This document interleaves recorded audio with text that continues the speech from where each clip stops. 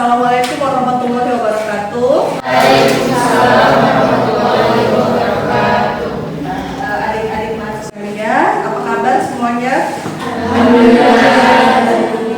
Ya, hari ini perkuliahan kita di mata kuliah statistik matematika di pertemuan kedua adalah tentang peubah acak ya. Nah, sebelum saya masuk ke pembahasan tentang peubah acak atau bahasa Inggrisnya adalah random variable, yuk kita lihat untuk capaian pembelajaran. Jadi tujuan pembelajaran kita adalah mahasiswa itu memahami konsep dasar tentang peubah acak atau random variable. Kemudian mahasiswa itu juga mampu menganalisis soal dan menyelesaikan soal, kemudian mengidentifikasi. Jadi ketika ada suatu kejadian acak ataupun percobaan acak, kemudian kita ubah menjadi peubah acak, kalian harus mampu bahwa inilah peubah acak diskrit dan yang mana menjadi peubah acak yang kontinu. Nah, sebelumnya saya mau tunjukkan, coba buka dulu Quran. Bismillahirrahmanirrahim. Innama amruhu idza arada syai'an man yamshi 'ala rijlain wa minhum man yamshi 'ala arba' yakhluqullahu ma yasha' innallaha 'ala kulli syai'in qadir.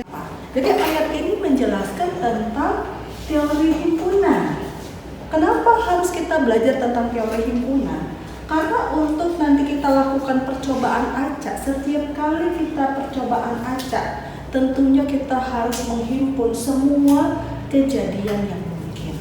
Ya, semua kejadian yang mungkin ketika kita lakukan percobaan acak. Oke, kembali lagi bahas secara mendalam. Belum saya jelaskan, kemudian nanti kita lihat ada video YouTube yang harus kalian rangkum sendiri apa sih itu peubah acak. Sebelum saya mau bertanya, ada nggak adik-adik mahasiswa di sini yang mau menjelaskan apa sih itu peubah acak?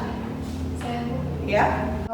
peubah acak atau variabel random itu suatu fungsi yang memetakan setiap anggota dengan bilangan real yang mana isinya itu nilainya ditentukan melalui hasil percobaan acak. Nah, sebelum saya jelaskan lebih lanjut tentang peubah acak, mari kita lihat dulu video YouTube yang berkenaan dengan materi tentang peubah acak. Kemudian kalian siapkan rangkuman untuk mendefinisikan apa itu peubah acak dan membedakan yang mana peubah acak diskrit dan peubah acak kontinu. Dulu video pembelajaran ini dari YouTube, apa sih penjelasan tentang peubah acak diskrit dan peubah acak We'll discuss about discrete and continuous random variable. So ito yung dalawang klase ng random variable. So pag sinabi natin discrete random variable, a random variable that can take on a finite will represent measured data. So kadalasan, ito yung mga sinusukat, kinakount, like for example, measure of weight, no? Measure of weight, height, okay, of pagkuha ng time, the distance, amount. So yan halimbawa ng continuous random variable. So it's a Tadi sudah dijelaskan bahwa kalau dia peubah acak diskrit itu adalah peubah acak yang nilainya itu bisa kita hitung atau variabel ya. Kemudian kalau dia continuous, peubah acak kontinu itu yang berdasarkan hasil pengukuran seperti suhu tubuh. Yo, sekarang kita bukan nih. Score of students in a quiz. yes, the answer is discrete. Atau Wala naman sila continuous. magbibigay Dia na answernya adalah 2.5 or 2.25 ya. score. By the way, class, Kemudian yang kedua adalah how long students are breakfast. Termasuk diskrit atau kontinu? Kontinu karena apa? Karena berhubungan dengan waktu. Jadi kalau sudah waktu, how long, dan itu dia berbentuk dia interval, maka peubah acak ini kita sebut dia dengan peubah acak kontinu. Oke, bagaimana adik-adik mahasiswa? Sekarang saya mau kalian berikan masing-masing satu contoh yang termasuk peubah acak diskrit dan peubah acak kontinu ya. Rahmat, peubah acak continue. Contoh peubah acak continue itu kita kayak mengukur berat badan atau tinggi badan. Kalau discrete itu kayak jumlah mahasiswa yang datang, yang hadir di kelas ini, dan juga jumlah mahasiswa yang tidak datang di kelas ini gitu. Oke, baik. Siapa yang bisa memberikan contoh dari yang sebelah sini? Ya. Kalau untuk yang kontinu itu seperti jarak dari kos-kosan ke kampus. Ya, Kemudian baik. contoh dari discrete itu seperti banyaknya korban dalam suatu kecelakaan. Adik-adik mahasiswa, ini ada pertanyaan, apa sih itu peubah acak ya sebelum dijelaskan lebih lanjut. Nah, di depan kita sudah ada gambar lempar dua dadu, ada koin FIFA. Kenapa berhubungan dengan koin FIFA? Ayo nanti dijelaskan. Kemudian ada menunggu lampu merah, ada lampu merah dan ada waktunya. Siapa yang bisa menjelaskan untuk masing-masing gambar itu apa sih maksudnya? Ayo Fadi jelaskan ya. Pelemparan dua buah dadu itu dia masuk ke peubah acak discrete. Ya. Nah, kenapa dia masuk ke dalam peubah acak discrete? Karena di dalam dadu itu nanti hasil dari pelemparannya itu kan akan memiliki nilai-nilai dari masing-masing bagian dadunya. Ya. Seperti itu. Nah, kemudian untuk yang koin FIFA, ada yang bisa menjelaskan tentang gambar tadi koin FIFA ada depan dan belakang? Saya Oke, perdana. untuk pemilihan koin FIFA antara depan dan belakang untuk pemilihan antara dua tim sepak bola yang mana siapa yang menendang pertama atau kick off untuk tim sepak bola dan siapa yang memilih penjaga gawang gitu. Oke, baik. Yang ketiga, menunggu lampu merah. Siapa yang bisa? Saya. Ya. Dalam peubah acak untuk lampu merah itu kita bisa menghitung waktu tunggu tertentu berdasarkan jumlah kendaraan yang datang dan durasi lampu merah. Misal nih kita ada rata-rata 10 kendaraan per menit. Kita bisa memperkirakan berapa lama kendaraan tersebut itu akan menunggu.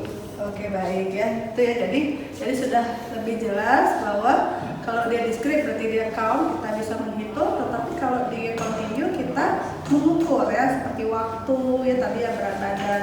Oke, baik ya, jadi sudah sampai di sini sudah paham ya mahasiswa ya untuk membedakan apakah dia peubah acak yang continue ataukah ke peubah acak yang discrete. Nah, kemudian kita akan masuk secara matematisnya, apa sih rumus dari peubah acak continue dan peubah acak discrete untuk fungsi distribusi peluangnya. Jadi selalu ada fungsi distribusi peluang. Kalau di discrete ya discrete,